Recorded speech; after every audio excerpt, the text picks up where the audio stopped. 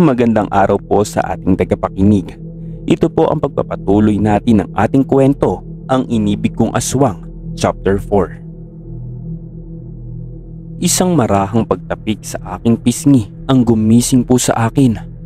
Tumambad din sa akin ang nag-aalalang mukha ni Miguel.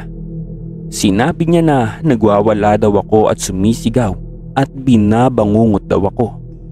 Bagamat hindi pa ako masyadong nahimasmasan sa mga pangyayari, ay bigla ko siyang naitulak.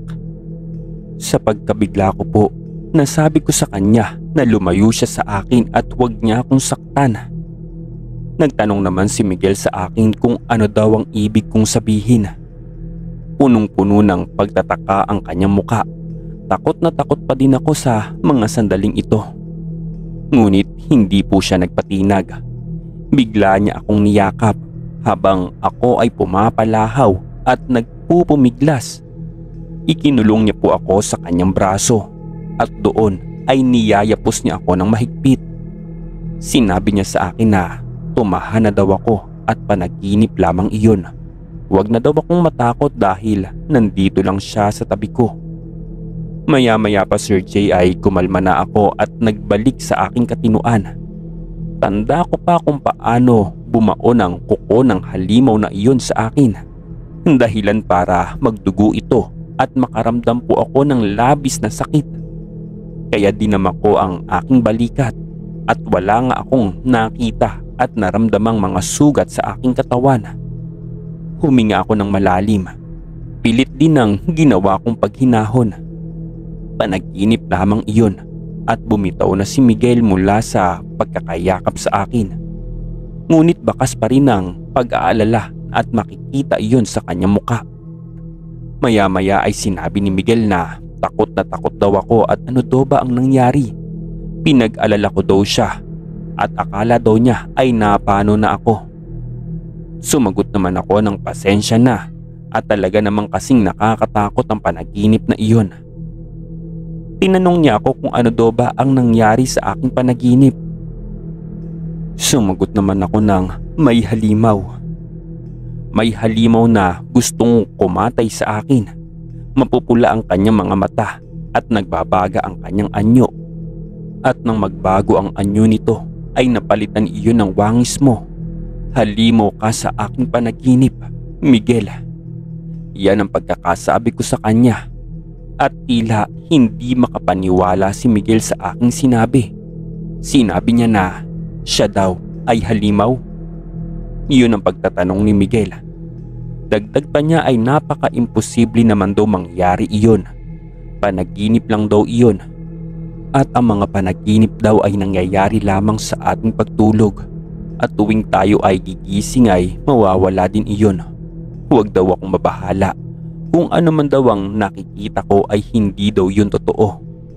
Mariin niyang sambit yan habang tinititigan ang aking mga mata. Inaamo niya pa rin ako hanggang sa puntong ito. Sinabi ko na lang kay Miguel na pasensya na at naantala ko ang kanyang pagtulog. Hinging paumanhin ko sa lalaki. Sumagot naman siya ng ano daw ba ako at wala daw iyon. Huwag daw akong mag-alala. Hanggat daw nandito daw ako sa kanyang poder, walang sino man daw na halimaw ang maaaring makapanakit daw sa akin. Siya daw ang makakaharap nila bago daw ako. Ang nakangiting pahayag sa akin ni Miguel. Nagpasalamat naman po ako sa kanya Sir Jay. Nakaramdam tuloy ako ng kapanatagan dahil doon sa mga sinabi niya. Maya-maya ay sinabi niya na matulog na daw kami ulit. At umurong daw ako ng kaunti dahil tatabihan daw niya ako sa aking pagtulog. Baka daw managinip na naman ako ng masama. Sumagot naman ako sa kanya ng sige. Bagamat naiilang sa kanyang kahubadan, ay inisip ko na lamang na pabor sa akin na tabihan niya ako sa pagtulog ko para hindi na ako matakot pa. At dahil nga masikip ang higaan at pang-isahan lamang ang kamang hinihigaan namin, natagpuan ko na lamang ang aking sarili na nakaunan sa kanyang matigas na braso habang nakatalikod ako sa kanya. Siya naman ay nakatagilid at ang isang braso ay nakapatong sa aking bewang. Maya-maya ay sinabi ko na tumachansing na siya ngayon at naramdaman ko ang biglaang pagtayo ng aking mga balahibo sa katawan. Lalo na't ramdam na ramdam ko ang mainit niyang hininga sa aking leeg. Maya-maya ay natatawang nagbiro siya sa akin at sinabing gusto ko naman daw at kunwari pa ako. At basta daw kung ano man daw yung panaginip ko ay wala iyon at nandito daw siya at hindi daw niya ako pababayaan. Yan ang malambing niyang sabi sa akin. Hinigpitan niya ang pagyakap sa akin sabay kabig sa aking bewang padikit sa kanya. Kung kaya ramdam ko ang paglapat ng kanyang ari sa aking likod. Dahil nga nakuhubad din ako ay ramdam na ramdam ko ang pag-aari niya. Nanigas ang aking kalamnan. Hindi ko alam kung sinadya niyang idikit ang pagkalalaki niya sa aking likuran o ano. Naiilang ako ng husto tuloy. Ngunit tila gustong gusto ng aking balat ang mainit na katawan niyang dumadampi sa akin. Ito rin ang unang pagkakataon na may katabi ako sa aking pagtulog.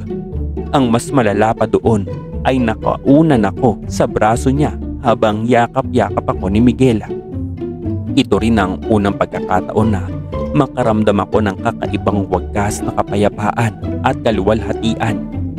Dahil iyon sa mainit na hiningang nagmula sa matangos na ilong ni Miguel. Ang kanyang braso ang aking ginawang unan at iyon ay napakatigas. Ang kanyang natural na amoy ay tila isang mamahaling pabango sa aking ilong. Bigla tuloy nabuhay ang kakaibang kaba sa aking puso. Ano kaya itong nararamdaman ko? Pakiwari ko tuloy ay naengkanto ako ng husto dahil sa presensya ng estrangherong ito.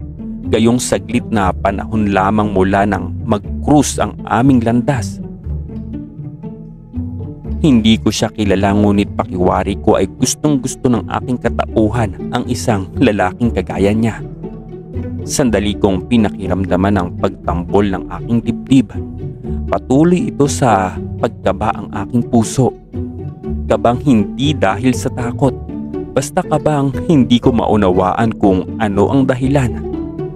Maya-maya ay dinig ko ang pagtawag pansin niya sa akin at sinabi niyang Brad. Napatanong naman ako kung bakit. Sinabi niya na may tanong daw siya. Nagtanong ako kung ano yun. Maya-maya ay tinanong niya ako kung naniniwala daw ba ako sa aswang. Napakunot noo ako at napatanong ako kung bakit niya naitanong sa akin kung naniniwala ako sa aswang. Pero pinilit ni Miguel na basta sagutin ko na lang daw ang kanyang tanong. Sumagot naman ako kay Miguel na sa totoo lang ay hindi. Wala namang akong aswang. Sila ay katang-isip lamang na nilikha ng mga matatanda noon para panakot sa mga pasaway na bata. At sa mga millennials ngayon, wala nang sino mang tao ang maniniwala sa mga kwentong gaya ng aswang. Yan ang sagot ko po kay Miguel. Tumugon naman agad si Miguel. Pero daw kung paano kung totoo sila? Paano daw kung aswang daw siya? Pagkatapos ay nagbiro siya at sinabi niya, "Rar!" Naramdaman ko tuloy ang ngipin ni Miguel na lumapat sa aking batok, dahilan para mabasa ng laway ang aking balikat. At sinabi niya na kakagatin daw niya ako at gigil na pagpapatuloy nito sa kanyang ginagawa. Sumagot naman ako kay Miguel na ano ba yan? Yan ay nayayamot na akong pahayag ko sa kanya. Umangal din ako at sinabi kong ang dugyot mo naman. Hindi ko man aminin ngunit tila na kuryente ako nang maramdaman ko ang pagkagat niya sa leeg ko. Dagdagan pa ng pagkabasa nito ng kanyang mainit na laway. Pilyo namang humagigik si Miguel at sinabi niyang ang sarap mo kasing kagatin. Narinig ko ang mahinang pagtawa niya bago muling nagwika. Sinabi niya ulit na paano daw kung halimo siya kagaya daw ng nasa panaginip ko. Matatakot daw ba ako sa kanya? Tumugo naman ako kay Miguel at sinabi kong hindi. Dahil sinabi niya na hindi naman totoo ang panaginip ko kanina. At kung kako halimaw siya, bakit naman kako ko matatakot? Hindi naman kako niya ako lalapain. Napapigil ako ng paghinga at napasinghap nang maramdaman ko ang pagpintig ng ari niya sa aking likuran. Ang paninigas ng aking kalamnan ay nadagdagan pa. Ang tibok ng aking puso ngayon ay tila yabag ng kabayong tumatakbo sa ilalim ng aking dibdib. Bigla na lang akong nagtanong pabalik sa kanya. Tinanong ko siya kung alam ba niya kung saan ako natatakot ngayon. Sumagot naman siya ng saan daw. Sinabi ko kay Miguel na, "Diyan." Tukoy ko sa paghuhumindig niyang pag-aari na ngayon ay sumusundot-sundot sa aking likuran. At tinanong ko din siya na, "Diyan ka ako sa halimo mong nagwawala sa aking likuran, ay sinasadya mo ba yan?" Yan ang tila naiinis kong tanong sa kanya. Ngunit iba ang inakto ng aking labi na ngayon ay tila pinupunitan ng isang ngiti. At bigla na lang napatawa siya ng malakas. Sumagot si Miguel at sinabing pwede daw na hindi at pwedeng oo. Yan ang pilyo niyang pahayag sa akin. Dagdag pa niya, saan daw doon ang gusto kong madinig? Sa oo daw ba o sa hindi? Sumagot naman ako kay Miguel na ang bastos mo talaga. Ganyan ka ba talaga, Miguel? Yan ang sabi ko sa kanya. Nagtanong ulit siya sa akin na ganyang ano at sumagot naman ako ng manyak. Sa kabilang banda naman, hindi alintana ang malamig na gabi na nanunuot sa balat ng matandang si Lola Virgie na kasalukuyang nakaupo sa balkonahe ng kanyang kubo. Nakadungaw siya sa kalahating buwan na nagbibigay tanglaw sa baryo na iyon. Buhay na buhay ang buong kapaligiran, tila umaga sa sandaling iyon. Nasa labas ang kanilang mga kabahayan ng mga taga-puok. Ang kaninang tila ghost town na kapaligiran, ngayon ay naging maingay. Napupuno ang kapaligiran ng mga halakhak na mga kalalakihang nakaupo pabilog paharap sa malaking siga ng apoy. Matatanaw din ang mga paslit na naghahabulan sa kaparangan. Ang maiitim na malahiganting ibon ay maririnig ang pagaspas ng kanilang mga malahiganting pakpak. Naglipa na din ang mga taong naroon sa ibabaw ng kani-kanilang mga bubungan, kapwa nakatingala sa bilog na buwan.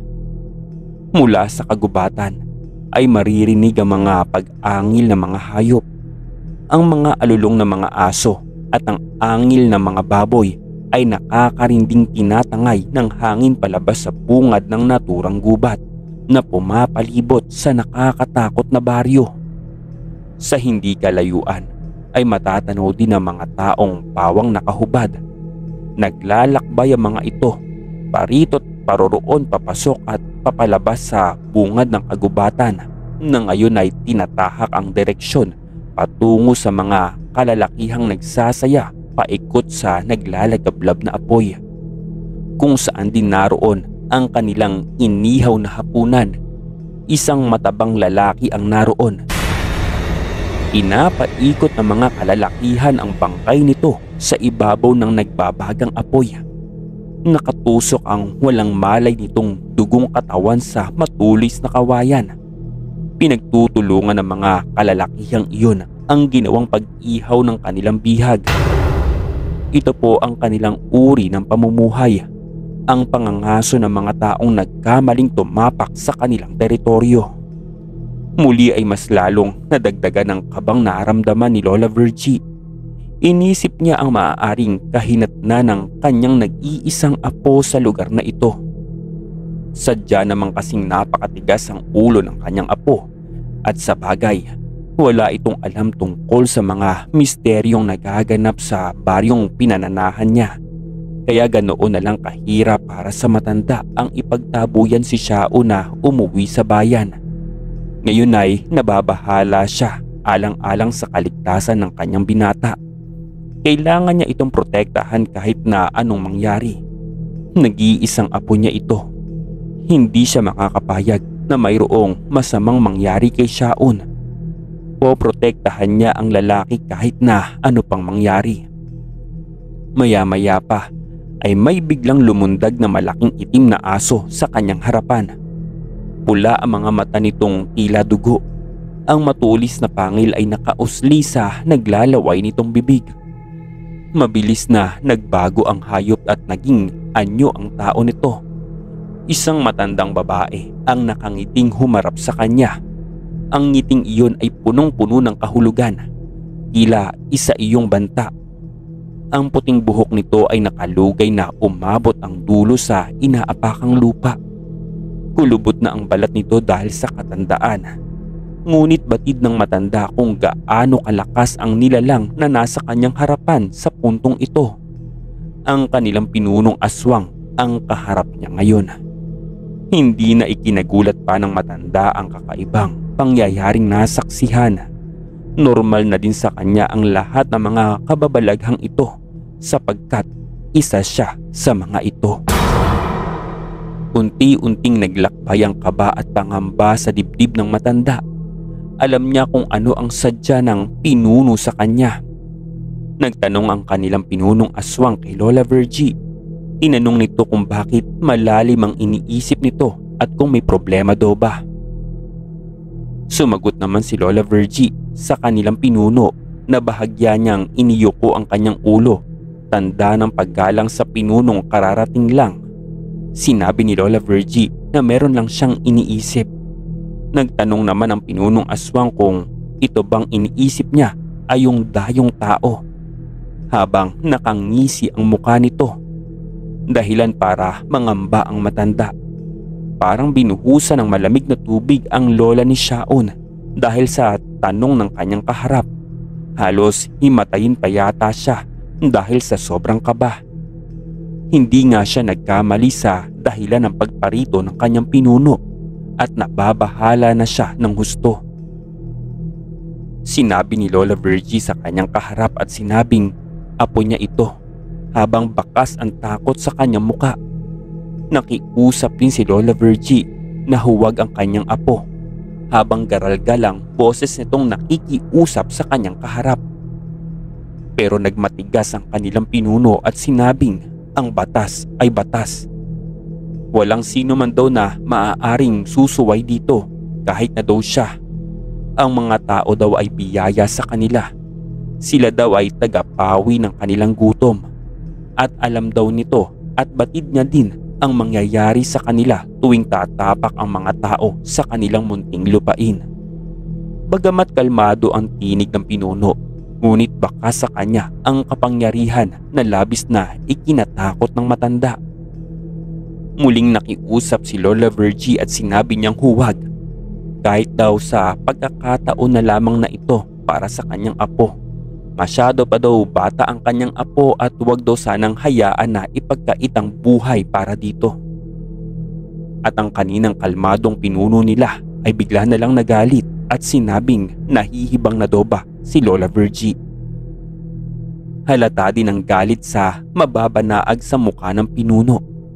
Dagdag pa niya, isang malaking pagkataksil daw sa kanilang lahi ang gustong gawin ni Lola Virgie.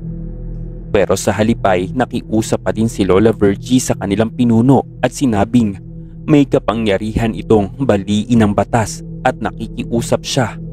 Hindi na nga napigilan ng matanda ang mapaluha dahil sa matinding pangamba na maaaring sapitin ng kanyang apo sa kamay ng mga taong naririto. Halimaw ang naninirahan dito. Bagamat isa siya sa kanila ngunit alam niyang hindi sapat ang kanyang lakas upang iligtas si Shaun. Isang sampal ang dumampi sa pisngi ng matanda at sinabi ng kanilang pinuno na maghunos dili ka. At bigla na lang namula ang mata ng kanilang pinuno dahil sa inis at galit. Sinabi nito na hindi niya ipagpapalit ang kapayapaan ng baryong ito para sa isang tao. Kung gagawin daw nito ang nais ni Lola Virgie, ay tiyak na rebelyon ng kanyang nasasakupan ng kapalit. Hindi na dapat daw hinayaan ni Lola Virgie na mapadayo dito sa umpisa pa lang ang kanyang apo. Mapanlin lang daw ang mga tao. Kung matuklasan daw ng kanyang apo ang kanilang katauhan at hayaang itong makalabas sa kanilang lupain, ay sigurado daw na katapusan nilang lahat.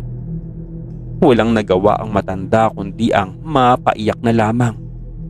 Sinabi ulit ng kanilang pinuno na tapos na daw ang usapang ito. Bukas daw makalawa ng gabi ay alam na nito kung ano ang maaaring kahinatnan nito. Pagkatapos ay lumundag na ito ng mabilis palayo sa naturang kubo at sa hindi kalayuan ay matatanaw ang pagkampay ng mga pakpak nito. Naiwan ng matandang si Lola Virginia nanlulumo at patuloy na lumuluha. Kailangan niyang iligtas ang kanyang apo, kapalit man ito ay tuluyang pagtalikod sa kanyang lahi. Bahala na daw kung ano ang pwedeng mangyari. Sa kabilang dako naman sa kumekerengkeng na si Shaun, nagpasalamat siya kay Miguel at sinabing maswerte siya dahil nandito si Miguel. Kasalukuyan sila ngayong nasa labas ng kawayang bakod ng bahay ng matandang si Lola Virgie. Sumagot naman si Miguel at sinabing walang anuman at magkaibigan na daw sila, kaya na daw wag na daw masyadong mag-isip si Shaun.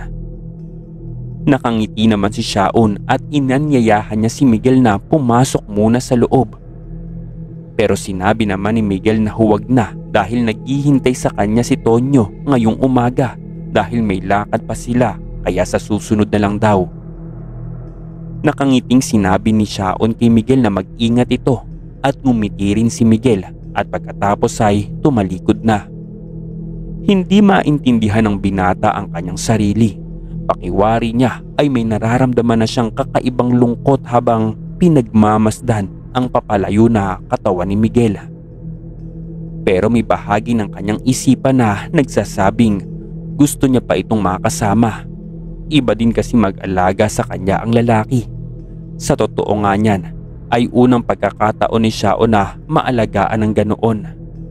Madalas kasing nasa trabaho ang kanyang ina, kung kaya tuwing magkakasakit siya ay tinatawagan lang nito ang kaibigang nurse para tingnan siya. At ang pag-aalagang iyon ay kakaiba sa pag-aalaga na ipinamalas ni Miguel sa kanya. Batid ni Shaun na may kasamang pagpapahalaga ang pag-aarugang ginawa nito para sa kanya.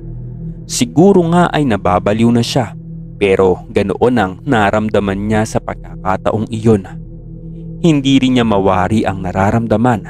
Animoy kinikilig siya o parang ewan ang kanyang pakiramdam. Nagpalito sa kanya ang gayong kapwa naman sila ni Miguel na mga lalaki at may pareho silang katulad ng ari. Basta daw ang alam lang ni Shaun ay may kung anong kuryente ang dumadaloy sa kanyang kalamnan tuwing tumingin sa kanya ang mga kulay ng gabing mga mata ng lalaking nagpagulo ng husto sa kanyang isipan. Marami namang kaibigan sa lungsod si Shaun, pero wala naman siyang nararamdamang kakaiba sa mga ito gaya ng nararamdaman niya ngayon para kay Miguel. Bali bago sa kanya ang pakiramdam na iyon. Pero alam niya mawawala din ng kung ano man ang nararamdaman niya para sa lalaki. Marahil ay naninibago lamang siya dahil na rin sa kasabikang mayroong mag-alaga at magmamahal sa kanya, at ang klaseng pag-aarugang iyon ay natagpuan nito sa katauhan ni Miguel. Pero posible nga kayang magkagusto siya sa isang lalaki. Bakla nga ba siya? Pero nagkanobya naman si Shaun. Kaya nga naparito sa baryo ang lalaki dahil lubos itong nasaktan sa ginawang pag-iwan ni Agnes sa kanya. Marahil ay nangungulila lamang si Shaun ng pagmamahal mula sa iba, at siguro mawawala din ang kakaibang pinipintig ng kanyang puso. Pinilit niyang iniwaksi ang mga isiping bumabagabag sa kanyang isipan. Napagpasyahan niyang pumasok na nga lang sa bakuran ng naturang bahay ng Lola Virginia. At tumawag na nga si Shaun sa kanyang lola at sinabi niyang nandito na siya. Hindi nakalak ang pinto kung kaya itinulak niya lamang ito at pumasok na. At sa loob ng kubo ay nagsalita ang matanda at sinabing mabuti at dumating ka na apo. Ang hindi mapakaling tura ng kanyang lola, dahilan para magtaka siya. Sinabi pa ng kanyang lola na naimpake na daw lahat ng gamit ni Shaun. Kailangan na daw nitong umalis sa lalong madaling panahon. Napatanong naman si Shaun sa kanyang lola kung bakit. Nahihintakutan namang nagpahayag ang kanyang lola at sinabi nito na kailangan na nilang lisanin ang baryong ito, dahilan para gumulo ang isip ng binata. Nagtanong si Shaun kung ano ang nangyayari at bakit nila kailangang umalis. Sumagot ang kanyang lola at sinabing huwag na itong magtanong. Mamaya na daw niya ipapaliwanag. Ang importante daw ay hindi sila maabutan dito. Mariing sambit ng matanda at ang mukha nito'y nababakasan ng takot. Kaya dahil doon ay unti-unti ding nabuhay ang takot ng binata sa kanyang dibdib. Naguguluhan man, hindi na lamang siya nagtanong bagkus ay sinunod na lamang ang matanda na ngayon ay panay ang tingin sa labas mula sa bintana. Mababanaag po ang mukha ng Lola Virginia, ang pangamba dahil kanina pa ito hindi mapakali. Lumakad din siya palapit sa bintana at dumungaw po doon. Wala naman siyang nakikitang kakaiba kundi ang saradong mga kabahayan at ang iilang mga taong nagkukumpulan doon sa hindi kalayuan na para bang nagpupulong. Pinamumunuan ng isang matandang babae ang grupo na may mahabang buhok na kulay puti dahil sa katandaan. Sinabihan ni Lola Virgie si Shaun na doon sila sa likod dadaan at magmadali ito at humayo sila hanggat abala pa ang lahat. Mabilis po na naglakad ang matanda kaya naman sumunod na lamang si Shaun kahit hindi niya mawari kung ano ang kinatatakutan ng kanyang lola. Nagsalita si Shaun at sinabi niya na wala namang kakaiba dito at bakit sila magkukubli at pwede naman silang dumaan sa may harapan. Na ang tinutukoy ni Shaun ay ang maluwag na daanan sa kabilang dako ng baryo. Sinabihan naman ng matanda si Shaun na huwag itong maingay dahil kahit daw araw ngayon at mahina ang kanilang pandama ay tiyak na maririnig nila tayo at kung magkataon ay katapusan na nilang dalawa. Kapwa mabilis ang hakbang ng dalawa palapit sa bukana ng gubat palayo habang binabagtas ang maputik na daan. Nakakapagtaka lamang, gayon yung ilog na tinatawid niya noong nakaraang araw. Pagpunta niya dito ay wala man lang tubig na dumadaloy. Ngunit bakit basa at maputik ang lupang tinatahak niya ngayon? Hindi pa man sila tuluyang nakakaabot sa bukana ng gubat ay kapwa mapatigil ang dalawa nang marinig ang isang sigaw na nagmula sa bahay ng kanilang pinanggalingan. Nadinig nila ang sigaw na, "Mga kasama, natakasan na tayo at wala na sila dito." Nakita niya ang labis na pangamba ng kanyang lola na rumehistro sa mukha nito. Nanginginig ang mga kalamnan na animoy malapit ng iiyak. Muling dumako ang kanyang paningin sa tahanang pinanggalingan at ganoon na lamang ang kanyang pagkatakot nang makitang nakadungaw ang mga tao sa kani-kanilang mga bintana habang ang iilan ay naroon sa labas, bitbit ang mga panaga at matutulis na kawayan. Maya-maya ay narinig nila at sinabing hayun sila. Ang tingin ng lahat ngayon ay nakatuon sa kanilang dalawa. Nanilisik ang mga mata ng mga ito habang rumehistro ang mga ngiting aso sa kanilang mga muka. Meron pang nagsalita at sinabing huwag niyo silang hahayaang makalayo. At nagsimula na nga ang mga tao na habulin sila. Kaya ganoon na lamang ang pakiramdam niya na parang napatid ang kanyang paghinga. Sinabihan si Shaun ulit ng kanyang lola at sinabing dalian mo apo, parating na sila. Ang nahihintakutang saad ng matanda. Mas binilisan pa nila ang kanilang pagtakbo. Hindi na alintana ang pagod at kakapusan ng hininga. Batid nilang dalawa na nalalagay sa panganib ang kanilang mga buhay dahil sa tingin pa lang at paghabol ng mga taong naroon sa baryo ay nasisiguro niyang mapanganib ang mga ito. Hindi rin po maunawaan ni Shaun kung ano ang pinagmula ng galit ng mga ito at kung bakit sila hinahabol na ngayon. Sinabi ulit ng kanyang lola na kailangan nilang makaabot sa kabilang bahagi ng gubat at makatawid sa ilog doon. Yun na lang ang tanging paraan para hindi sila mapahamak. Sinabi pa nito na bilisan pa nila ang pagtakbo na naaalarmang pahayag ng kanyang lola. Kapos na sa paghinga ang binata. Ngunit kakaiba naman ang nakikita niya sa kalagayan ng kanyang lola. Bagamat takot na takot ito, ngunit hindi niya ito nababakasan ng anumang pagod, gayong malayo na ang kanilang natakbo.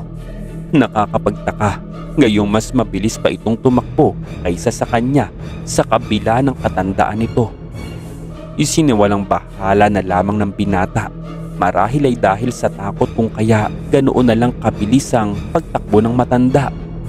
Napalingon si Shaon sa kanyang likuran.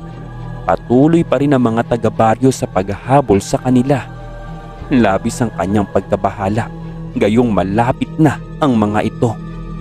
Sinabi naman ni Shaon sa kanyang lola na malapit na sila at malapit na nila tayong maabutan. Sumagot naman ang matanda at sinabing kaya nga bilisan mo pa ang pagtakbo. At bigla na lang may sumigaw na isang lalaki at tinawag nito si Lola Virgie at Shaon. Sinabi ng lalaki na dumito kayo pumunta at nabuhayan sila ng loob nang nakita niya ang taong sumigaw sa kanilang unahan ay walang iba kundi si Miguel.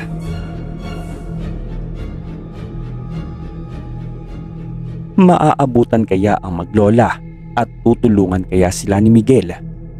Abangan ang susunod na kabanata dito lamang sa Ang Inibig Kong Aswang.